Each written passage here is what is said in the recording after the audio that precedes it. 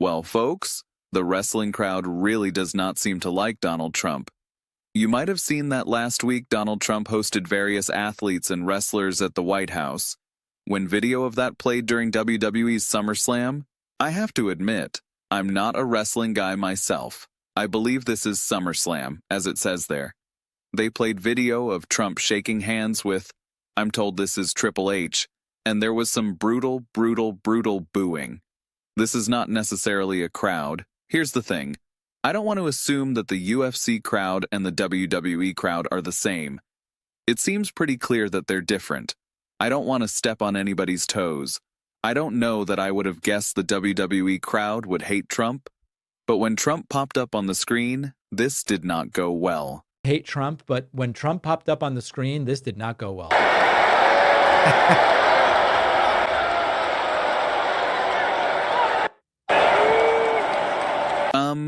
This was not just a couple of boos from the nosebleeds. This was like a wall of booing, unified in an instinctive rejection of the orange guy. And it's interesting because there's a lot of entertainment-first alpha male posturing in MAGA. MAGA seeks to make politics entertaining, bringing people in with that rather than with good policy ideas. It's all about posturing as macho and all of that stuff. You would think that might be a fit for WWE, but, seemingly not. Seemingly not. And so, listen, that is not a political poll. It's a stadium full of people who are paying money to cheer for, well, I don't think we can call WWE a blood sport. It's staged. I hate to remind people, but still, they booed the guy who called himself or considered himself the ultimate showman. And it wasn't even a live appearance.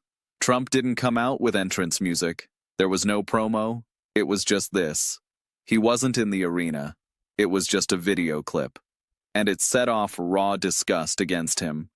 The most heavily staged event in the world, arguably wrestling, gave us an unscripted moment, and we got one of the most honest and genuine reactions you could imagine getting out of it. No spin, no press release, just, here's Trump. And just booing. Funny note, Trump was once a WWE Hall of Famer. He even did one of these staged, well, I guess it's a match, I don't know, with Vince McMahon, and he was kind of part of the fabric. Even if he wasn't political at the time, he was certainly liked as an entertainer.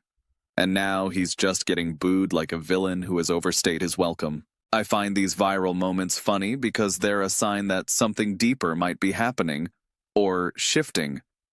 When the theater of politics crashes into the theater of wrestling, and the crowd turns on you and they just go, we don't want anything to do with this guy, it's telling. I don't want to call it an underworld necessarily, but in all of these different enclaves within MAGA, we're seeing push-pull moments. We've heard from Republican senators who are like, yeah, the firing of the BLS commissioner, that's too far. Wrestling fans, in all of these enclaves, you're seeing rifts and you're seeing problems. The question is, are these going to be reflected in voting? And the saddest thing about all of this, and I'm going to talk about this in my segment about what Democrats are doing wrong, and in a lot of other places, one of the saddest things is that you can convince people one way or the other, you can see a change of opinion, but 40 to 50% of the country doesn't even vote. So you have to ask yourself, in that scenario, what we need, in addition to just having people say, boo Trump, I don't like the guy, is, okay, yeah, but how many of you actually plan to vote? Statistically, it's about 1 out of 2. That's not a way to win elections. That, we've learned. And we're going to have to talk about the turnout piece as well.